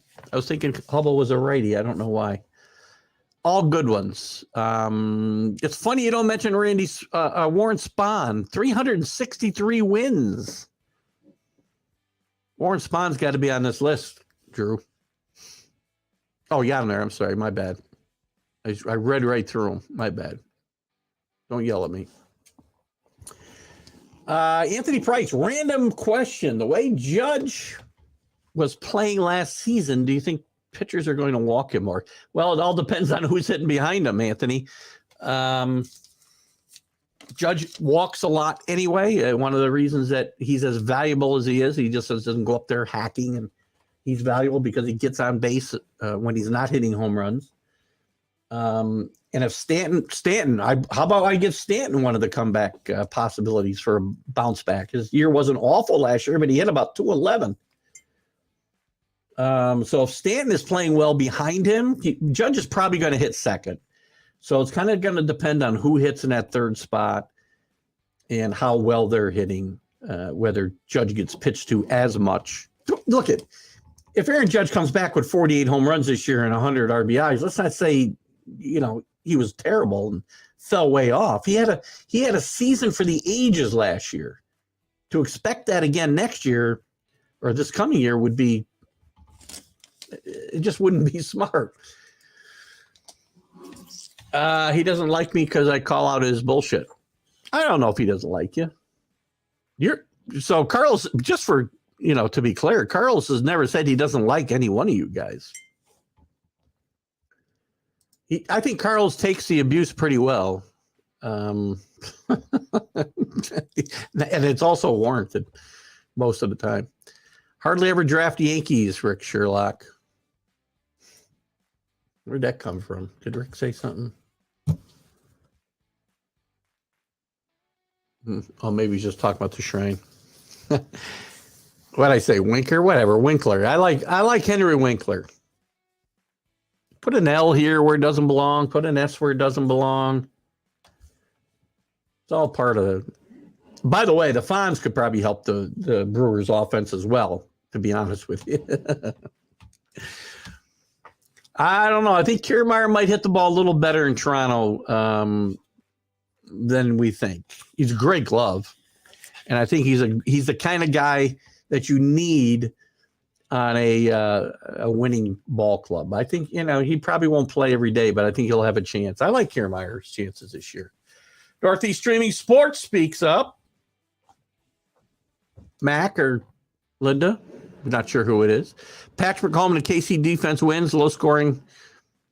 It's a random Super Bowl comment. 23-20. Hurts will have a problem running against the middle of the KC defense. I haven't made a pick yet, guys. I love Andy Reid and Patrick Mahomes and the way they approach the game, but the Eagles are so good on defense. And I'll do a from the ship, by the way, because remember, I'm going to be away. I'll say this real quick, and I'll say it before we're off. I'll be away the next 2 Sundays, but we'll try to do something at some point. I'll try to go live where I can, and we'll get a pick in at some point next weekend. Both Jacksons played well this week, by the way. Yes, Andre for UConn and his little brother at Albany. I was just watching this morning on the local news, the U Albany score, and he did play very well, the Jackson boys from Amsterdam, New York. Steak sandwiches on Judge doesn't hit 35 home runs this year. I'll take that bet, Kenny, and I'll buy you, and I'll even pay off the bet for Rick, for Mark Mancini.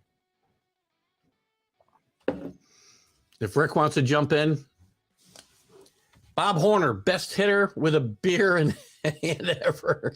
Well, best hitter in baseball. I would say best ball striker in general with a beer in his hand, still John Daly.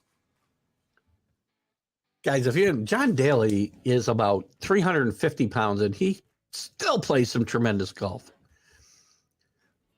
All Clash reunion come up in August. Kenny is already banned. I saw that. Kenny, good job, by the way. That Dale Carnegie course is really not taken with you. I will not be there, Rick. I don't know why. It just won't be. I just never got, I don't know. We'll see. I'm thinking Dom Smith. There's a good one. He'll get a chance to play a lot, I would think, Drew, with the Nationals. That's a very good one, actually. I like that one a lot. I hadn't thought of that one. I don't know where he's going to play, first base or outfield or whatever, but he should get plenty of at-bats should he stay healthy. And I like Dom Smith's game. I really think he's got a chance to maybe put up some numbers and maybe parlay it into a decent contract and opportunity somewhere. I cannot see what the heck that is, CA. What is that? What the heck is that? What else did I want to chat about in baseball? Unfortunately, we had to make up a. By the way, you talked about somebody retiring. Dexter Fowler retired this week as well. Drew, you talked about that.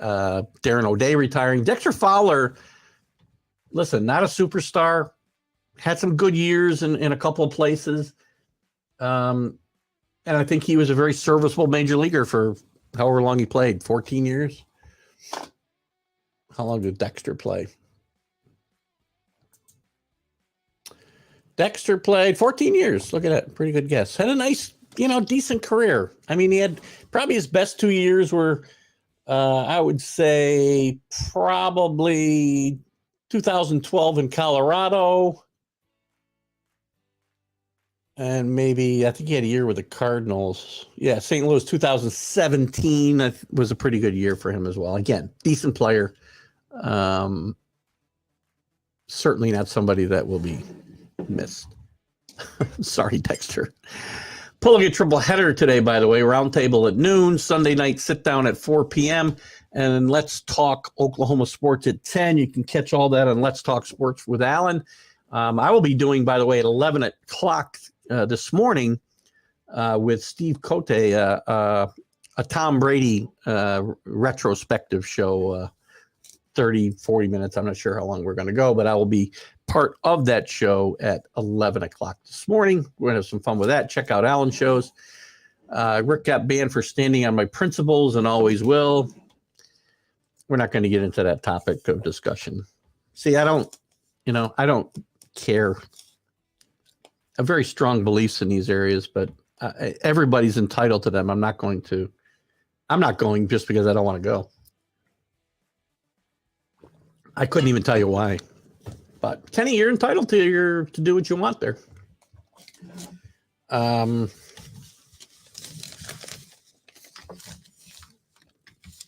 So I really don't want to. Sorry, I got a little awkward pause there because I really didn't know where to go. I didn't have a transition out of that. College basketball. Let me talk a little bit about college basketball because we had a couple of upsets yesterday, and I want to get them in before we go.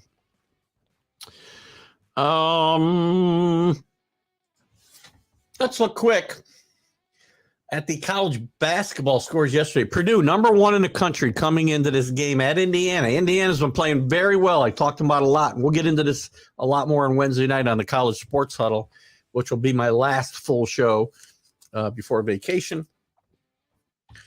Indiana beats them 79-74. A decent rally by Purdue near the end of this game, but Indiana outplayed them pretty much the whole game. And Mike Woodson, again, as I said last year, Indiana got off to a tough start this year. They're playing very, very good basketball right now. In a low-scoring game, Tennessee, Rick Barnes has probably got his best defensive team ever at Tennessee. he wins a top 25 showdown with Auburn, 46-43 yesterday. That's a throwback game. You don't usually see those types of scores in the NCAA anymore. Alabama bounces back this week after a couple of losses. They win 79-69. Nate Oates has had his contract extended there, I think through 29 now. Arizona now probably looking at a number one seed as we stand today in the NCAA tournament, just blows away Oregon State 84-82. Virginia loses to Virginia Tech on the road. ACC is just not that good. The top teams in the ACC, the ACC is kind of deep and decent teams, but there's just no standout team there. Virginia is probably the best one, sixth in the nation right now. The only one with a chance at that number 1 or 2 line, and ACC may not have anybody on the top 2 seed lines. Texas continues to play well. Kansas State is starting to come back to earth a little bit. Close game. Kansas State loses at home 69-66. Kansas loses again. Kansas and UConn, two of the most bipolar teams in the country, if you will. They were playing great basketball up until a month ago, and Kansas, the last 2 weeks, has just kind of nosedive. They lost to a good Iowa State team on the road, 68-53. They didn't just lose. They got their butts handed to them. UCLA rolls over Washington State. Don't rule out UCLA for a number 1 seed before this is over. Arizona, UCLA should play for the Pac-12 championship. The team that wins likely gets a number 1 seed unless things fall apart here. St. Mary's and Gonzaga. I have been pushing. Gonzaga is just not as good as they were last year. Drew Timme, still a great player, but not enough talent around him, not enough speed in the backcourt. St. Mary's, who I said would beat Gonzaga in this conference tournament here in a couple of weeks, they beat Gonzaga at home 78-70 yesterday. Marquette, Shaka Smart and the Marquette team that formerly used to be known as the Warriors, now known as, now I just lost their name. Can't call them Warriors. 60-52, they beat Butler. Not a good team, Butler. One of my other sleepers takes a hit yesterday. Jamie Dixon and TCU, number 15, goes to Oklahoma State and loses 79-73. St. John's, the season is unraveling for Mike Anderson and the Johnnies. They go to Xavier and get creamed 96-71. Florida Atlantic continues to win 22-2, 67-52 over Charlotte on the road. The U, Jim Larangara and my Miami Hurricanes, 78-74 over first place Clemson in the ACC, 78-74, as I said. And UConn barely gets by horrendous Georgetown on the road yesterday, 68-62. As Rick mentioned earlier, Andre Jackson gets this game wasn't his best game. He had just 7 points, but 10 rebounds and 7 assists for Mr. Jackson. He's a very, very good player for UConn. What do you got here? CA. Kansas State lost at home to Texas. Yep, we covered that. So you're going to see some jostling in the top 25 again, which we'll get to on Wednesday. Purdue will not be number 1 probably again. We'll see whether Houston jumps back up or somebody else takes control here. Watch out for Tennessee. I think Tennessee will be the number 1 team in the country this year. This is probably Rick Barnes' best team maybe ever, not just at Tennessee, but Texas, Providence, wherever else he's been. Look for them to maybe jump. And by the way, Zach Edey was not the reason for this Purdue loss. He went for 33 points, 18 rebounds in this game. So he played very, very well. A guy I know that Rick has commented on quite a bit in the past. Kenny's got top 25 means nothing until after the tournament. It means something in the terms of how I want to look at the scoreboard because I don't want to look at every game. So that's why and again, it means something, Kenny, because, teams ranked 25 aren't going to get 1 seeds in the tournament. So As you're playing, does it mean anything? No, because all of these teams will make the tournament. And on Wednesday nights, by the way, I don't just look at the top 25. I look at the whole kit and caboodle, and we look at the bubble watch. In fact, if I was to do that right now, let me break that down for you, because these teams are not in the top 25. And I'll give you right now, Joe Lenardi's. I always got to give him the bubble watch here. His top seeds at the moment are, see who's he got. I got to look because he doesn't list them. I got to go into the bracket. I hate that. He's still got Purdue, Alabama, Kansas. Shocking. He still got Kansas as a one seed, and Houston. And his last 4 teams with byes, so these are not top 25 teams: Northwestern, New Mexico, Richard Pitino's New Mexico, Arkansas playing a little bit better basketball under Eric Musselman. They got to get healthy to have any chance. Memphis, led by Penny Hardaway. The last 4 teams in, got a blue blood here in Kentucky, West Virginia, Nevada, Oklahoma State. First 4 teams out, Texas A&M, Florida, Oklahoma, Charleston. Even though they've only got 2 losses on the season, they still haven't beaten a top 100 team. Next 4 out, Wisconsin, Seton Hall, Penn State, Arizona State. This bubble watch is very, very fluid. It changes pretty much daily, and that's what I like to keep my eye on. And I dive much deeper into this on Wednesdays. Here on Sundays, in the interest of time, Kenny, I like to just keep it to the top 25 scores. Thank you, Alan, for making mention of this day in 2017, 28-3. Anybody who does not know what that means should probably never tune in this show again. Oral Roberts will be in the party right now. He's got them. Hang on, Kenny.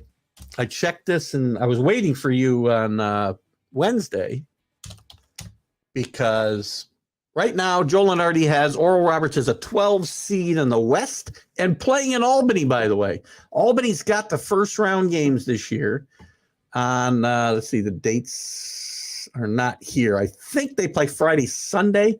I won't be certain of that, but they're going to get, right now, he would have Rutgers against Oral Roberts, Iowa State against Utah Valley, some really good teams there, Indiana and Kent State. This is all, conjecture. Xavier and Hofstra, all in Albany for the first round. Last 2 times the NCAA tournament's been in Albany, I've been a big part of it and been there for the first 2 days of that tournament. And I'm considering it again, but the cost is much higher than it was the last couple times, especially the last couple times they played the first and second rounds here, which was probably, 25 years ago, maybe more. Oral Roberts, the only decent Oklahoma school right now, oddly enough. Oral Roberts has played very good basketball. I told Kenny this when he mentioned him. I think the first time he mentioned it to me was maybe in our group chat, but Oral Roberts has got a very, very good team and has for a while, and they've made some noise, limited noise in the tournament a couple times in the last few years. So good underdog, 12 seed, 12s and 5s. And again, these seeds are going to change, right? But I like your pick there. 12:29. See you all, Drew. Be good. We got about a minute left here, guys, and we're going to be moving on. So good day today. Lots to comment on. We're running out of pro football, other than the draft will be coming up, free agency and trades, and baseball is going to be coming more to the forefront. We'll sneak in some stuff. Guys, I'll be on vacation the next 2 Sundays, but I'll try to get on live for do a short show on each one of those days. Don't know where my music went, but I'll be right back. We'll look for you then. We got one more real full show on Wednesday night at the regular time, 7 o'clock, with the College Sports Huddle, and then the rest of it will be kind of piecemeal. The Stream of Consciousness show will be me and you, whatever time I can find to do it, and so will Are You Serious? But we'll do some other stuff too. And some of the stuff I do for Let's Talk Sports will also be live. Tango, the TGI Sports Talk, Sunday Stream of Consciousness.